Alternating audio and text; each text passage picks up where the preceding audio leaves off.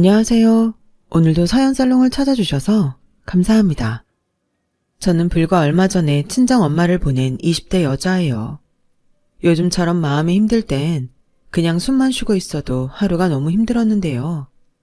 이곳 사연들을 들으면 공감도 되고 반성도 많이 하면서 이젠 미약하지만 다시 일어설 힘을 내기로 했어요.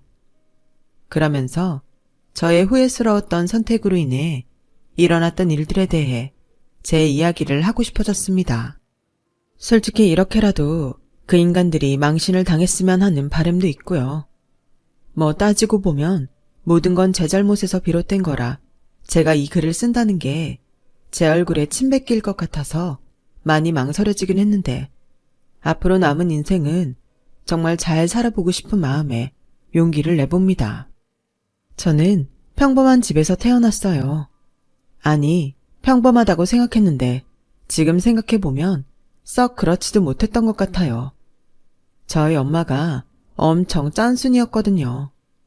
거기에 부업이면 부업, 알바면 알바, 돈 생기는 일엔 빠지는 법이 없었는데요. 한 번은 저희 엄마가 교육만 들어도 돈을 준다는 말에 혹해서 보험을 한 적이 있었어요. 결국엔 보험 영업을 시키기 위한 교육이었고 영업만 잘하면 큰 돈을 벌 수 있다는 말에 저희 엄마는 마치 사실을 공부하는 수험생처럼 그렇게 공부를 하더라고요. 그래서 결국 엄마는 보험 판매 사원 일을 당신의 업으로 하게 됐어요. 그런데요, 억척스러운 성격이긴 했지만 저희 엄마가 나름 내성적이었거든요. 지금도 그런지 모르겠지만 제가 어릴 때만 해도 보험 들라고 하면 사람들이 막 꺼려하고 그랬던 터라 내성적이었던 엄마는 남에게 보험 들라는 말을 잘 하지 못하셨던 것 같아요. 그래서 애꿎은 저희 가족의 보험을 많이 들었는데 그 뒤로 아빠와 싸우는 일이 많았어요. 결국엔 돌고 도는 거지만 매달 많은 돈을 보험료로 내야 했으니까요. 하지만 엄마는 자기가 공부한 게 아깝고 또 잘 해보고 싶다고 1년만 해보겠다고 하시더군요. 세상에 무슨 그런 일이 있는지 지금 생각해도 슬프고 황당하기만 한데요. 엄마가 보험 일을 1년 정도 했을 무렵 아빠가 대장암 선고를 받으셨어요. 저희 아빠는 당시 대기업 하청인 제조공장에서 일을 하고 계셨는데 다른 집도 그렇겠지만 한 집안의 가장이 암에 걸렸으니 집이 뒤집어졌죠. 그때였어요. 당신 괜찮을 거야. 내가 들어놓은 보험이 많으니까 할 수 있는 건 다 하자. 당신 일 안 해도 우리 괜찮아. 그러니까 당신은 수술 받고 나을 생각만 해. 알겠어? 하지만 아빠는 이미 말기였어요. 할 수 있는 게 수술밖에 없었지만 수술로 이미 전이가 된 암을 모두 제거할 수 없다고 의사 선생님이 말씀하셨거든요. 결국 항암 치료를 해야 했고 정말 거짓말처럼 6개월 동안 아빠는 몰라보게 쇠약해지셨어요. 평소 참을성이라면 저희 아빠를 따라올 사람이 없었는데 아빠는 하루에 수십 번씩 찾아오는 통증에 하루도 온전히 편히 있지 못했어요. 진통제가 있음에도 그 정도였으니 진통제가 없었다면 상상도 하기 싫어지네요. 그렇게 아빠는 암 진단 후 7개월을 채우지 못하고 돌아가셨어요. 평소 티격태격해도 사이가 좋았던 엄마는 상심이 크셨는데 당시 저와 오빠가 초등학생이어서 엄마는 마음 놓고 슬퍼할 수도 없었죠. 그 뒤 엄마도 그렇고 저희 가족은 완전히 예전과 달라졌어요. 엄마는 보험 일을 그만두고 돈이 된다는 말에 경매 공부를 하기 시작하셨죠. 아빠가 돌아가시면서 나오게 된 보험금이 꽤 많았는데 엄마는 그 돈으로 경매에 뛰어들었어요. 주변에서는 저희 엄마가 아빠 사망 보험금으로 허튼 짓을 한다며 소곤거렸지만 저희 엄마는 아랑곳하지 않고 경매를 공부하고 매물을 연구하며 그렇게 열을 올리더군요. 결국 엄마는 각고의 노력 끝에 제가 고등학교에 들어갈 무렵 드라마에서 나올 법한 부잣집 같은 2층 전원주택을 경매로 낙찰받으셨어요. 거기에 차례차례 건물도 낙찰을 받아 임대업까지 시작하셨는데 돈이 돈을 번다고 돈을 벌면 또 경매로 건물을 낙찰받으면서 그렇게 당신의 재산을 모으셨죠. 그렇다 보니 제가 성인이 되었을 땐 엄마 앞으로 건물이 세 채나 있었는데요. 덕분에 저는 경제적으로는 아쉬운 것 없이 컸고 오빠는 아니었지만 저는 엄마가 돈이 많으니 그다지 열심히 살진 않았던 것 같아요. 친구들과 어울리고 여행 가고 재미있고 낭만적인 일만 찾아다녔죠. 그러다 여행 중 남편을 만났어요. 남편을 만난 건 기차 아니었어요. 복학 전 추억을 만들기 위해 홀로 무전여행을 하고 있다고 했었죠. 무전여행이라니 저는 여자라는 이유로 생각할 수 없는 그런 여행을 하는 남편이 멋있게 보였어요. 물론 외모도 멋있었고요. 그 후 기차에서 남편과 헤어지는 게 아쉬웠던 저는 서울에 가면 연락하자고 연락처를 주고받았고 그걸 시작으로 남편과 연애를 하게 됐어요. 남편 역시 철없지만 현실보다는 이상을 꿈꾸는 저를 좋아했고 저희 두 사람은 서로 다녀온 여행지 추억을 나누면서 그렇게 2년 넘게 연애를 했어요. 그러는 사이 전문대를 다녔던 저와 남편은 대학을 졸업했고 남편은 운 좋게 졸업하자마자 작은 회사에 취업할 수 있게 됐는데요. 문제는 저였어요. 매일 설레고 즐거운 것만 쫓던 저는 사실 성적도 그리 좋지 않았거든요. 게다가 남들 다 있다는 자격증도 없었으니 이력서를 써도 연락 오는 회사가 없었어요. 그러다 보니 저희 엄마는 그거 보라며 그러게 남들 다 취업 준비할 때 뭐 했냐며 저를 달달 볶으셨는데 남편은 유일하게 제 편에 서서 괜찮다며 저를 위로해 주었어요. 그러니 당연히 엄마보다 남편이 더 의지가 됐었죠. 그래서 이른 나이지만 남편과 하루라도 빨리 결혼하고 싶다는 생각을 했고 저희 엄마는 취업이 안 되니 결혼하려는 거냐며 허락해주지 않으시더라고요. 상황이 그렇게 흐르자 저는 저대로 엄마와 전쟁을 하는 듯 결혼시켜주지 않으면 죽겠다며 밥도 먹지 않고 방문을 걸어 잠그고 밖에 나가지 않았어요. 그러자 엄마는 코웃음을 치며 네가 아무리 그래도 절대 허락할 수 없어. 요즘 세상이 어떤 세상인데 가진 것도 없이 결혼을 한대. 그쪽 집에선 옳거니 하라고 하고 라며 되레 큰 소리를 치셨는데요. 저도 그쯤 돼서는 자존심이 있으니 버티다 못해 보름이 지나서는 쓰러지고 말았어요. 병원에서는 보름이면 오래 버틴 거라며 탈수가 와서 큰일 날 뻔했다고 하셨는데요.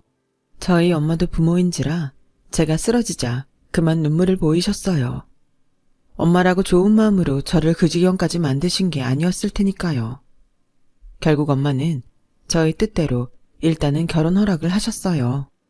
하지만 넘어야 할 산은 더 있었으니 그건 남편의 집이었고 제가 엄마와 싸우는 동안 남편 역시 허락을 받기 위해 부모님과 대립을 했는데 그건 그거대로 힘들더라고요. 그런데 남편에게 저희 엄마가 재산이 좀 있고 신혼집도 저희 엄마가 사는 집에 2층을 리모델링해서 쓰게 해주겠다는 말을 듣고 시부모님은 그제야 마음이 동하셨는지 돌연 결혼을 허락해 주셨어요. 그때는 결혼을 할 수 있다는 기쁨에 취해 시부모님이 어떤 마음으로 결혼을 허락했는지는 안중에 없었어요. 정말 지금 생각해도 타임머신이 있다면 당장 타고 가서 뜯어 말리고 싶은 심정입니다. 하지만 그때는 이제 불행 끝, 행복 시작이라고 생각했어요. 그리고 호기롭게 장담했죠. 드라마틱하게 만나 연애하고 드라마틱하게 결혼한 우리는 앞으로도 드라마틱하게 재미있게 잘 살 거라고요. 하지만 결혼은 현실이기에 정말 최악의 경험을 하게 됐는데요. 그것도 지금 생각하면 드라마틱하다면 드라마틱한 최악의 날들이었어요. 잠깐 저희 시댁 형편을 말씀드리면 시아버지는 별다른 기술이 없어 건설 현장에서 노가다를 하셨고 저희 시어머니는 반반한 당신 얼굴 상할까 한낮에는 밖에도 잘 나가지 않는 그런 사람이었어요. 해도 잘 들지 않는 반지하에 전세로 사시면서도 마음은 늘 부잣집 사모님처럼 사셨는데 시아버님이 시어머니라면 깜빡 죽으셨어요. 게다가 하는 일은 없지만 분에 넘치게 당신 치장하는 데는 진심이셔서 형편이 좋아질래야 좋아질 수가 없어 보였죠. 하지만 저는 그게 저랑은 상관없는 일이라고 생각했어요. 남편 역시 그렇게 말했고요. 그래서 별다른 생각 없이 오로지 남편 하나만 보고 결혼을 했는데 예상치 못한 일이 저를 계속 당황스럽게 했어요. 결혼 후 시어머니는 아직 어린 저희가 걱정이라며 저희 친정이자 신혼집을 생각보다 자주 오셨는데요. 그러면서 어쩐지 저희 신혼집보다 저희 엄마가 생활하는 1층에 더 관심이 많으셨어요. 당연히 1층이 2층보다 넓었고 고각으로 인테리어 하는 걸 좋아하는 친정 엄마의 취향에 따라 1층은 꽤 멋스럽게 꾸며져 있었어요. 시어머니는 그게 당신 취향에 맞다며 틈만 나면 저를 보고 오셨다가 1층에 내려가 마치 당신의 집인 듯 몇 시간을 죽을 치고 있다 집에 돌아가시는데 정말 당황스럽더라고요. 그렇다고 주인 없는 집에서 이러지 말고 이제 그만 가시라는 말은 차마 하지 못했어요. 그때 당시 저희 엄마가 지방 부동산에도 관심이 많으셔서 지방에 내려가는 일이 많았고 오빠도 대기업에 입사를 하면서 따로 나간 터라 핑계 댈 일도 없었고요. 그랬더니 점점 시어머니는 도를 넘어 아침 일찍 편하게 입을 당신 옷을 챙겨오셔서는 제가 있는 2층은 그냥 거쳐만 갈 뿐 바로 1층에 내려가 옷을 갈아입고 소파에 앉아 커피를 드시며 TV 리모컨을 꿰차고 계시는데 누가 보면 집 주인인 줄 알겠더라고요. 그래서 더는 안 되겠다 싶어 제가 말했어요. 어머니, 여기는 저희 엄마가 쓰시는 공간이니까 이제 그만 2층으로 올라가세요. 아니 왜? 2층에 너희가 살면 1층도 왔다 갔다 할 수 있는 거 아니니? 너 설마 내가 오는 게 싫으니? 난 오히려 너 편하게 있으라고 1층에 내려와 있는 건데? 아니, 저 보러 오셨다면서 자꾸 1층으로 내려가시니까 저희 엄마가 알면 기분 나쁘실 것 같고요. 어머, 별꼴이야. 너 지금 니네 집 돈 좀 있다고 나 무시하냐? 설사 니네 엄마가 알고 기분 나빠해도 넌 내 편을 들어야지. 내가 이 꼴 보려고 너희 결혼 허락한 줄 알아? 됐고, 난 여기서 저녁 1일 연속극도 다 보고 갈 거야. 그러니까 넌 저녁 준비나 해. 어머니, 그러다 저희 엄마라도 일찍 오시면요. 오면 오는 거지? 내가 남이야? 도저히 대화가 통하지 않았어요. 그러니 저는 어쩔 수 없이 남편에게 이야기할 수밖에 없었는데요. 나중에 알고 보니까 저희 엄마가 저희 부부 해먹으라고 채워놓았던 냉장고 식재료들도 시어머니가 당신 집에 가실 때 야금야금 챙겨가셨더라고요. 저는 이대로는 안 되겠다고 생각했어요. 그래서 저도 일자리를 구하러 다닌다는 핑계로 집에 있지 않았는데요. 제가 집에 없으니 당연히 시어머니도 들어오지 못하실 거라고 생각했는데 제가 오후 늦게 집에 가보니 저희 어머니는 어떻게 문을 여시고 1층 저희 엄마 안방에서 주무시고 계시는 게 아니겠어요? 얼마나 놀랐는지 저도 모르게 큰 소리가 나오고 말았죠. 어머니, 여긴 어떻게 들어오셨어요? 왔니? 근데 왜 소리를 지르고 그래? 가뜩이나 나 심장 약해서 잘 놀라는데. 네가 없으니까 열쇠공 불러서 문 따달라고 했지. 네 연락처 줬으니까 거기로 돈 입금하면 된다. 어머니, 이건 아니죠. 저도 없는 집에 문을 따고 들어오다뇨. 난 여기 오면 그렇게 마음이 편해. 우리 집은 잠도 제대로 잘 수도 없고 오래돼서 꿉꿉한 냄새도 나는 게 피부에도 안 좋은 것 같고 영 지낼 수가 없단 말이야. 그럼 2층을 가세요. 여긴 저희 엄마 방이잖아요. 어머, 너 지금 나한테 정색하는 거니? 니네 엄마 지금 안 계시잖아. 성우가 그러는데 내일이나 오신다며. 오빠가 그래요? 그럼 여태 오빠한테 물어보고 저희 엄마 없을 때마다 오신 거예요? 그래, 나 딴 애는 남한테 피해주지 않으려고 그런 건데 무슨 문제 있니? 그때 저는 솔직히 소름이 끼쳤어요. 시어머니는 정말로 그게 아무 문제가 없다고 생각하는 그런 얼굴이었거든요. 게다가 당신 논리로는 제가 당신 아들이랑 결혼했으니 당신도 그럴 권리가 있다고 하는데 시어머니의 다음 말이 더 가관이었는데요. 정 내가 여기 있는 게 싫으면 니네 엄마도 우리 집에 마음대로 가시라고 해. 나는 전혀 상관없으니까. 이제 할 말 다 했으면 좀 나가줄래? 얘는 사람 자고 있는데 괜히 깨워서는 가정교육을 어떻게 받은 거니? 저는 너무 화가 났어요. 남편도 용서가 되지 않았고요. 그래서 그날은 남편이 집에 오기만을 기다렸다가 당장 어머니 모시고 집에 가라고 화를 냈는데 남편이 그러더군요. 우리 엄마가 원래 이런 집에서 사는 게 꿈이셨어. 물론 점점 정도가 심해져서 나도 말씀을 드려야겠다고 생각은 했는데 주영이 네가 좀 이해해주면 안 될까? 우리 엄마가 오죽 부러웠으면 저러시겠냐?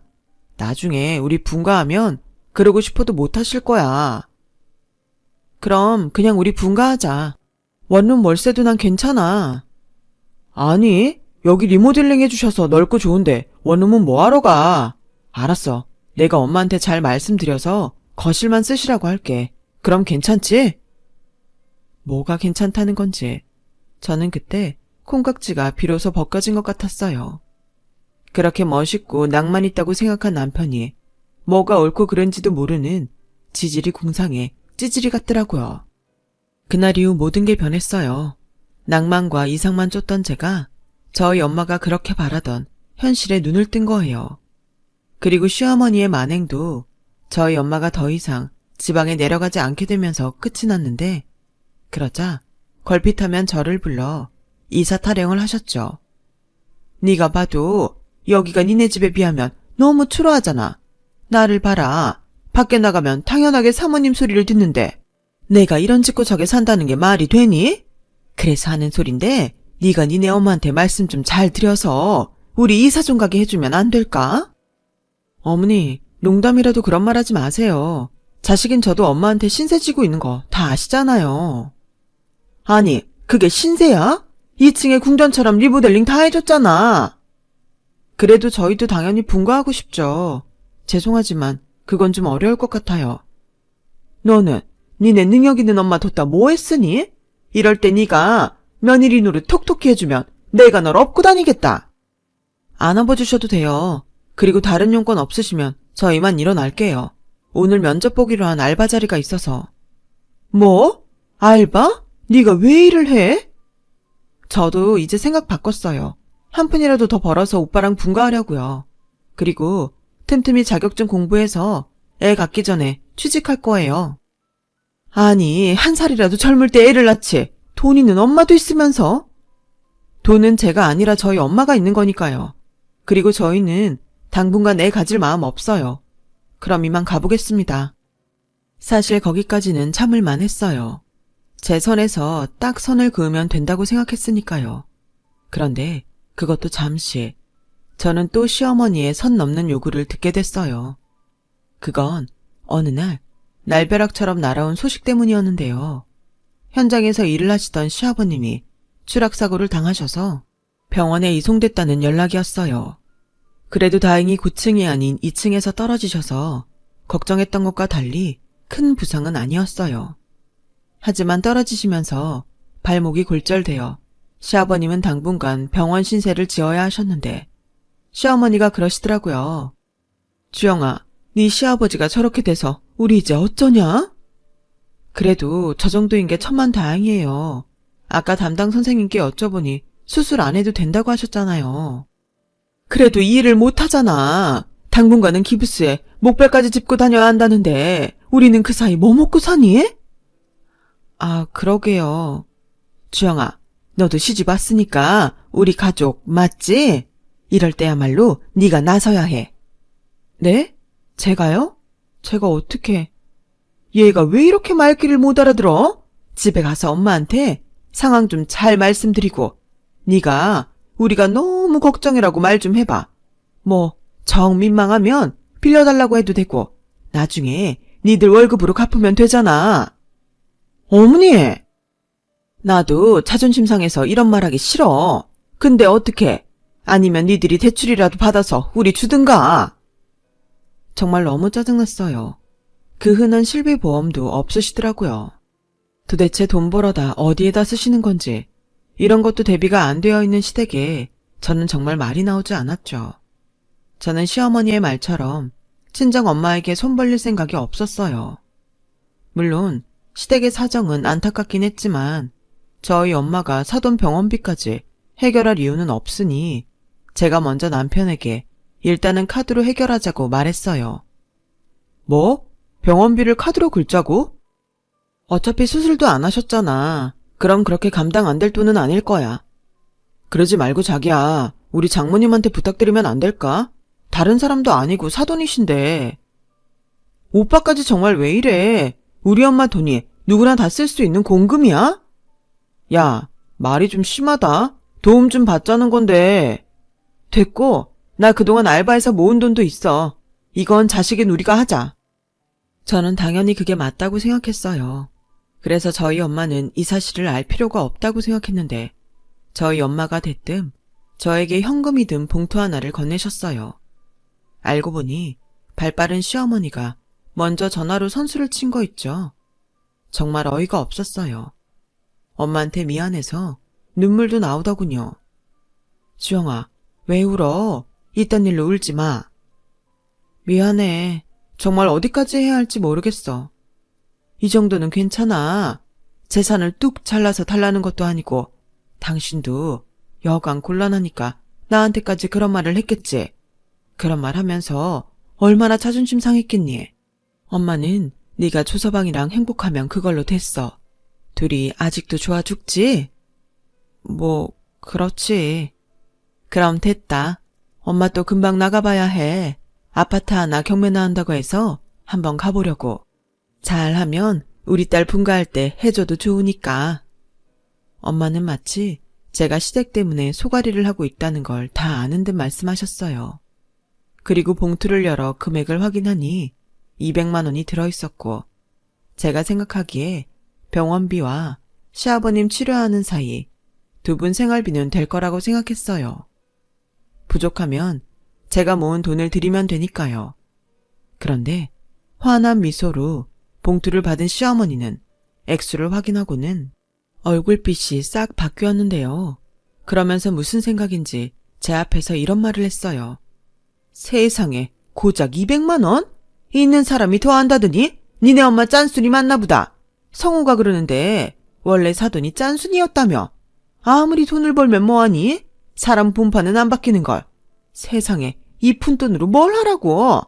내가 그렇게 먹고 살게 걱정이라고 노래를 했는데 니네 엄마 원래 그렇게 눈치가 없니?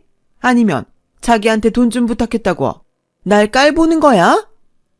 어머니, 지금 그게 무슨 말씀이세요? 싫으면 다시 주세요. 저는 정말 화가 나서 드린 봉투를 다시 받으려고 했어요.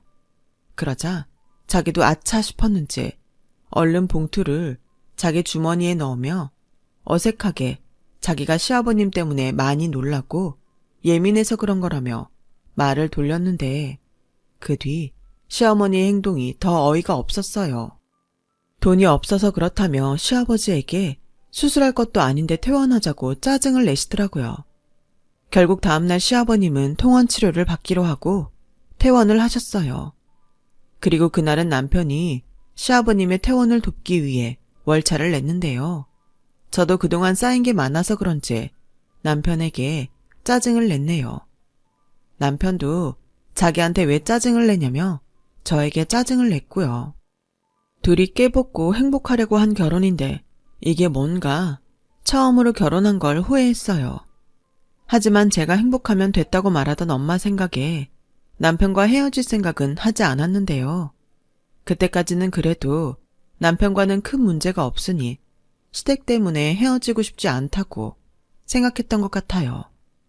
그래서 더더욱 시어머니와 단판을 지어야겠다고 생각했는데 저희 엄마가 친한 동네 이모들이랑 3박 4일로 제주도를 간다며 집을 비우자 시어머니도 3박 4일 당신 짐을 싸서 저희 집에 오셨어요.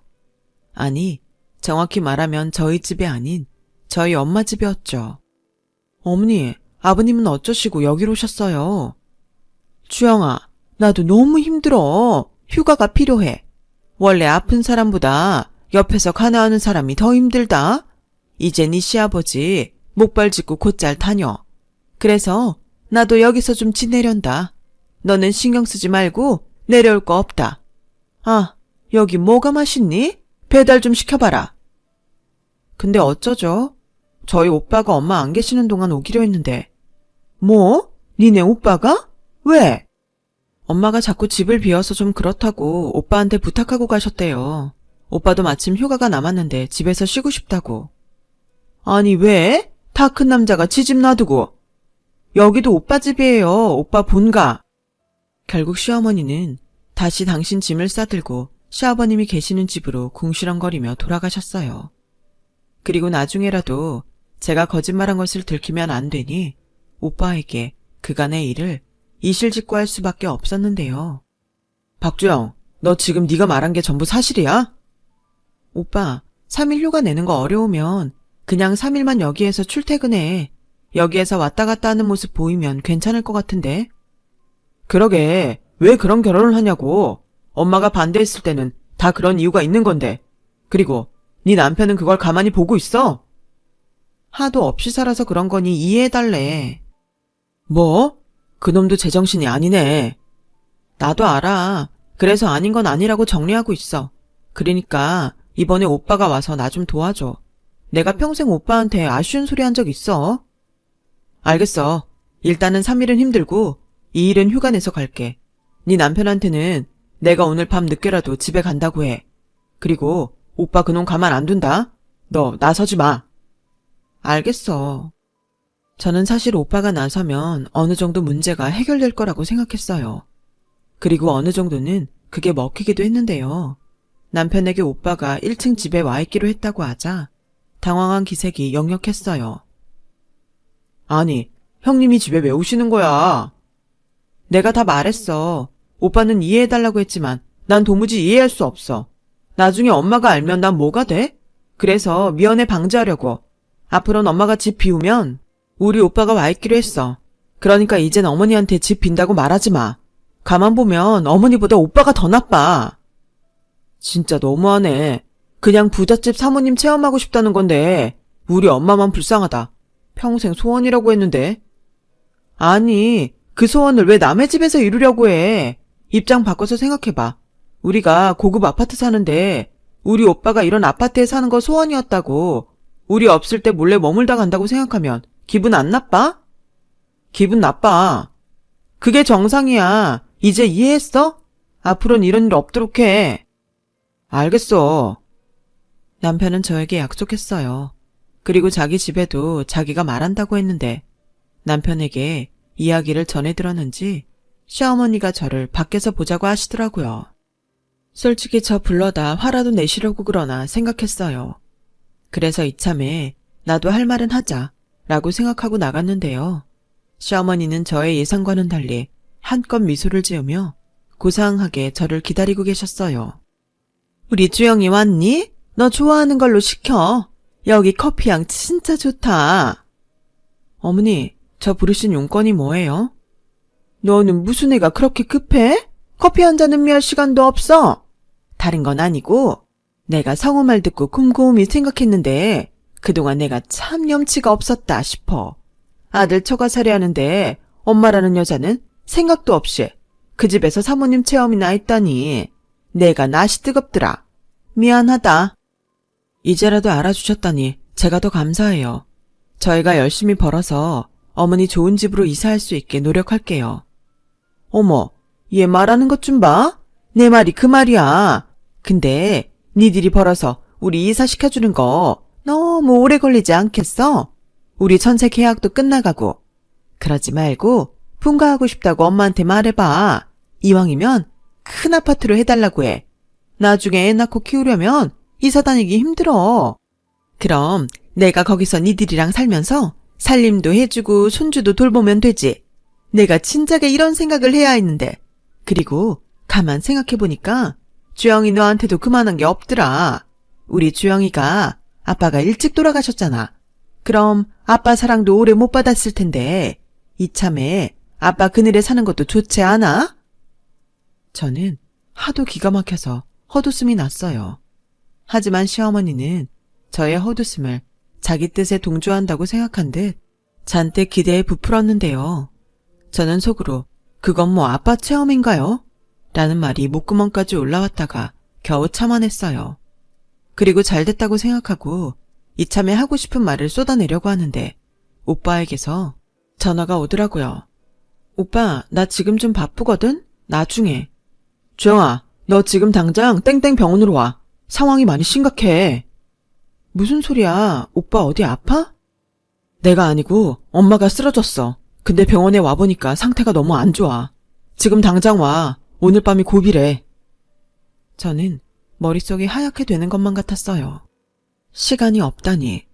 그러고 보니 요즘 도통 엄마가 너무 바빴던 게 생각이 났고 저는 저를 덮쳐오는 무서운 생각에 시어머니고 뭐고 냅다 오빠가 말한 병원으로 택시를 타고 갔어요. 사실 그때까지도 잘 실감이 나지 않았는데 오빠가 오라는 병실로 가보니 숨이 덜컥하고 쉬어지지 않더군요. 저희 엄마가 인공호흡기를 끼고 힘들게 숨을 쉬고 계셨어요. 엄마가 그동안 많이 아팠나 봐.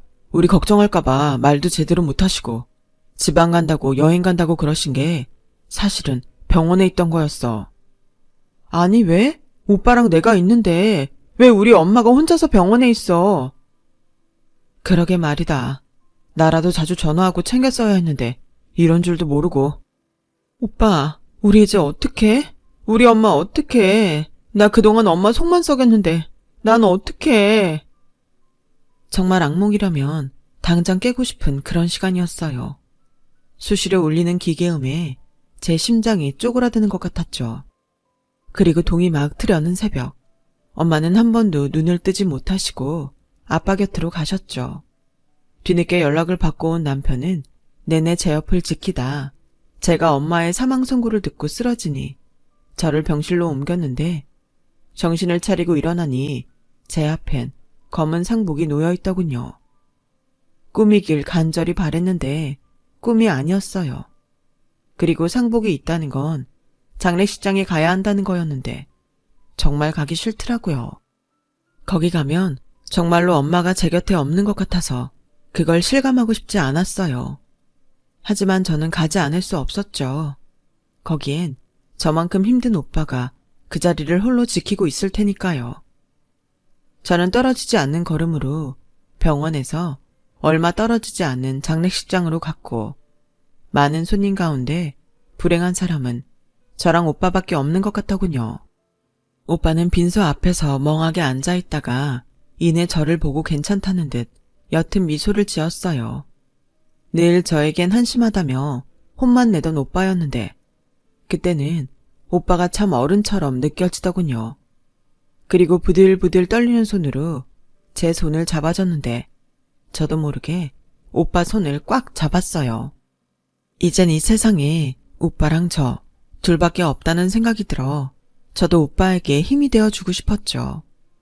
그런 가운데 남편은 뭐가 그리 바쁜지 전화통에 불이 났고 나중에 남편 손님이 그렇게 많이 왔다는 걸 방명록을 보고 알았네요. 그리고 남편은 회사 사람들은 물론이고 친구들까지 죄다 불렀다고 했는데 엄마의 발인이 있던 날 남편은 이미 자기 친구들에게 말해놨다며 저희 엄마의 관을 들어줬어요. 그 순간은 남편도 가족이라고 고맙고 의지가 되더라고요. 그런데 한편으로는 장례식장에 오지 않는 시부모님이 이상했어요. 남편은 시아버님이 아직은 거동하는 게 부자연스러워서 못 오시는 것 같다고 했지만 그게 이유가 될 순 없다고 생각했죠. 그렇게 저희 엄마 돈을 바라더니 정작 이런 날은 코빼기도 비추지 않는다니 저는 더욱 시어머니가 실망이었고 싫었어요. 그러면서 자연스레 이런 결혼을 해서 엄마 속을 썩인 게 죄송하기만 했는데 발인이 끝나고 남편과 힘들게 집으로 돌아오니 시어머니가 저희 집 1층에서 저를 기다리고 계셨어요. 참 뭔가 분위기가 달라져서 이상하다고 생각했는데 시아버님도 저희 집 1층 소파에 앉아 계시더군요. 저는 너무 황당해서 왜 여기에 계시냐고 물었는데요. 시어머니가 이렇게 말씀하셨어요. 우리 며느리가 이렇게 힘든데 내가 옆에 있어야지. 우리 아예 여기로 이사했다. 전세 계약이 끝나서 그냥 다른 데 갔니? 여기로 오는 게 낫지. 니들 돌아왔을 때 허전하면 엄마 생각이 더 날 텐데. 내가 또 그 꼴은 가슴 아파서 못 보지. 뭐라고요? 지금 누구 허락받고 이사를 했다는 거예요? 여기 저희 엄마 집이에요. 어머 깜짝이야. 얘는 왜 소리를 지르고 그래? 나도 알아. 여기 아직은 니네 엄마 집이지. 근데 이제 니네 엄마는 고인이잖아. 귀신이 여기 와서 사는 것도 아니고 집 오래 비워두면 못 쓰는 거고. 그래서 겸사겸사 나는 너 생각해서 힘들게 이사까지 마쳤는데? 당장 나가세요. 당장 짐 다 빼시고 원상복귀 하시라고요. 제가 그 속을 몰라요? 이사 타령하시더니 저희 엄마 돌아가셨다는 말에 좋다고 이사 오신 거잖아요. 어머, 얘 말하는 것 좀 봐. 너, 내가 지금 굉장히 많이 봐주고 있다. 이제 너한테 부모는 우리밖에 없어. 너, 나나니 시아버지한테 잘해야 해. 그리고 말 나온 김에 마저 말하자면 너 마음 추스르는 대로 분가해라. 부모 도움 받는 것도 한두 번이지. 니들도 니들 힘으로 살아봐야 하지 않겠어? 대신 여긴 우리가 쓰마. 정말 뻔뻔해서 소름이 끼치네요. 그렇게 저희 엄마 재산 탐내더니 이렇게 이 집을 꿀꺽 하시려고요? 누구 맘대로요. 좋은 말로 할 때 저 허접한 짐 싸들고 나가세요. 여기가 어떤 집인데 당신들이 쓴다는 거야? 뭐? 당신? 주영아, 너 말이 너무 심한 거 아니냐? 심해. 너야말로 그 주머니에 든 거 뭐냐? 아까부터 굉장히 눈에 거슬렸는데 설마 그거 부의금 봉투냐? 아, 이거 오해하지 마. 이거 내 손님이 내고 간 봉투야. 나 때문에 들어온 봉투니까 내가 챙겼지. 나 참 기가 막혀. 넌 우리 엄마 장례식장에서 장사를 했구나. 됐어. 다 나가. 우리 엄마 집에서 싹 다 꺼져. 어머어머? 너 말 다 했니? 꺼지라니? 내가 지금 잘못 들은 거지? 그리고 먼저 살던 집도 이미 다른 사람이 이사 들어왔어. 우리 갈 곳도 없단 말이야. 전세 보증금으로 여기 가전제품 싹 다 바꿔서 우리 돈도 없어. 그럼 우리 보고 지금 길바닥에 나앉으라는 거야? 길바닥에 나앉든 어디 여관을 가시든 제가 알 바 아니죠. 뭐야? 너 내가 좋게 봐주려고 했는데 안 되겠구나. 순간 시어머니의 손이 제 머리 위로 한껏 올라갔어요. 그리고 타이밍도 좋게 저희 오빠가 변호사님과 함께 집으로 들어왔는데요. 멋쩍은 시어머니가 당신 손을 냉큼 치우더군요. 저는 그런 시어머니를 죽일 듯 노려봤어요. 그러자 시어머니와 남편은 그런 저의 시선을 피했는데 저희 친오빠도 집이 좀 이상한 걸 알아채고 한숨을 쉬더군요. 오빠는 엄마가 변호사를 통해 남겨둔 유산에 대해 저와 함께 들어야 해서 왔다고 했어요. 엄마의 재산이 좀 많기도 해서 정리하려면 시간이 꽤 걸린다고 했는데 저도 오빠도 엄마의 재산보다 엄마가 남겼다는 유언장이 더 궁금했어요. 재호야, 주영아, 지금쯤 얼마나 놀랐을까? 이 글을 쓰는 지금 엄마 마음이 미어진다. 우리 아들, 딸, 아빠 없이 잘 커져서 엄마는 내내 고마웠어. 공부 잘하고 든든한 멋진 우리 아들. 세상에서 가장 예쁜 엄마, 딸. 평생 서로 의지하며 살아가길 바란다. 재산은 변호사님 통해서 똑같이 남긴다. 의미 있게 니들이 써주길 바래. 좀 더 니들 곁에 있어줘야 하는데 엄마가 너무 미안해. 그래도 하늘에서 네 아빠랑 우리 자식들 잘 사는 거 지켜볼 거야. 건강하고 행복하게 지내렴. 사랑한다, 내 아가들. 저는 오빠와 한동안 고개를 들지 못할 정도로 울고 또 울었어요. 한편 주방에서 저희 모습을 숨죽여 보던 그 사람들은 그래서 재산이 어떻게 나누어졌는지 궁금해했고 참다 못한 시어머니가 변호사에게 조심스럽게 다가가더니 저랑 저희 오빠가 다 듣고 있는데도 뻔뻔하게 이렇게 묻더군요. 그래서 우리 며느리가 받게 된 재산은 어떤 거예요? 이 집은 우리 며느리 주는 거 맞죠? 아, 세금이 얼마나 나오려나? 어머니, 세금 걱정 안 하셔도 돼요. 저 엄마 재산 한 푼도 안 받을 거예요. 그냥 작은 오피스텔 들어갈 정도만 주시면 돼요. 나머지는 오빠한테 다 넘기겠습니다. 예, 주영아, 너 지금 그게 무슨 소리야? 미쳤니? 아니요, 안 미치려고 그러는 거예요. 정말 미치기 일보 직전이라 그런다고요. 이 방법밖에는 없어요. 설마 저희 오빠 재산까지 탐내는 거 아니시죠? 아니지. 그러실 수도 없어요. 저 이혼할 거니까. 변호사님, 저 이혼 소송 준비하고 싶은데 뭐부터 준비하면 돼요? 보시다시피 저런 시댁이고 저희 엄마 장례식장에서 부의금 장사한 남편이라 더는 이 결혼을 유지할 수 없을 것 같아요. 순간 저희 오빠가 남편 부의금 봉투를 받는지 남편의 멱살을 잡았어요. 그리고 그 돈 다 갖고 꺼지라고 소리쳤는데요. 남편이 기가 팍 죽어서 2층으로 도망간 거 있죠. 그리고 일사천리로 오빠는 사람을 불러 그 사람들의 짐을 몽땅 밖으로 내보냈어요. 당신들이 산 새 가전도 그냥 깨끗하게 같이 내어드렸는데 이러는 법이 어딨냐며 시어머니가 밖에서 고래고래 소리를 지르셨어요. 내내 고상한 척은 혼자 다 하더니 어찌나 욕도 잘하고 앙칼지게 쏘아붙이는지 결국 이웃 주민의 신고로 경찰이 와서야 잠잠해졌네요. 그리고 2층으로 도망간 남편도 저희 오빠가 올라가서 처리를 했는데요. 오빠는 전세 보증금 정도 만들어줄 테니 복잡하게 하지 말고 저랑 합의 이혼하라고 한 모양이었어요. 그래도 저를 사랑했다면 저희 오빠 앞에서 빌었을 텐데 그놈은 전세 보증금이라는 말에 알겠다며 각서까지 지 손으로 썼더라고요. 합의 이혼 후 다시는 저를 찾아오지 않고 엮이지 않겠다고요.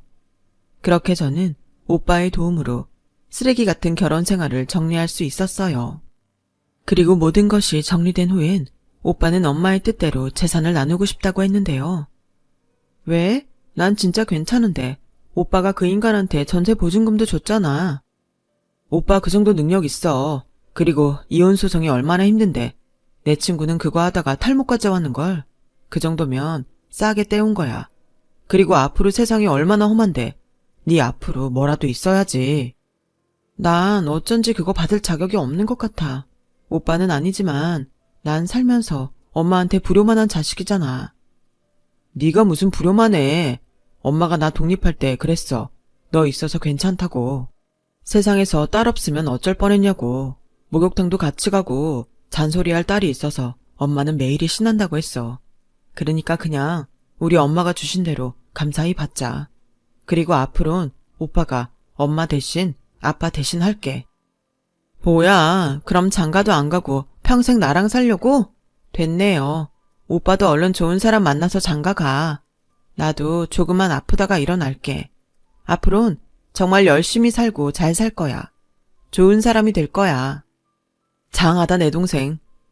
저는 그렇게 오빠에게 약속한 대로 그런 사람이 되기 위해 매일 노력하고 있어요.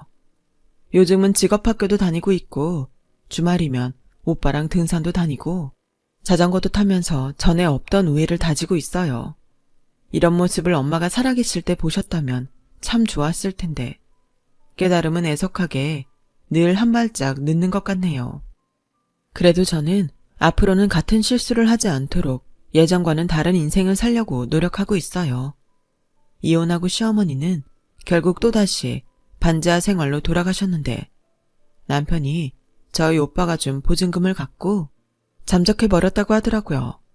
그래서 시어머니가 자기를 도와달라고 한동안은 애걸복걸 하셨는데 저희 오빠가 남편이란 놈이 쓰고 간 각서를 보여주고 그것도 정리했어요. 얼마나 원통하게 우는지 그 모습이 안쓰러운 게 아니고 한심해 보였어요. 사람이 어떻게 인생을 저렇게 살 수 있을까? 아직 인생을 많이 살지 않는 제 눈에도 너무 잘 보이더군요. 그리고 저는 최근에 긴 고민 끝에 다시 공부를 하기로 마음먹었는데요. 시간을 돌릴 수는 없지만 지금이라도 저의 남은 인생을 위해 예전에 허투루 썼던 그때로 돌아가 최선을 다해볼 생각입니다. 오빠처럼 명문대를 들어갈 자신은 없지만 그래도 지금의 저보다는 조금 더 나은 그런 사람이 될 수 있겠죠. 저는 저희 엄마가 바라셨던 대로 끝끝내 행복한 사람이 되고자 합니다. 비록 잘못된 선택으로 잠시 지옥을 다녀왔지만 그때의 경험을 바탕으로 앞으로는 절대 길을 잃지 않을 거예요. 하늘에서 늘 저희 부모님이 가장 밝은 쪽을 비춰주실 테니까요. 지금까지 저희 이야기 들어주셔서 감사해요. 항상 건강하시고 행복한 일만 가득하길 진심으로 바라겠습니다. 여러분, 사연 댓글에 응원과 현명한 조언 부탁드려요. 좋아요와 구독은 저에게 큰 힘이 됩니다. 오늘도 좋은 일 가득하세요.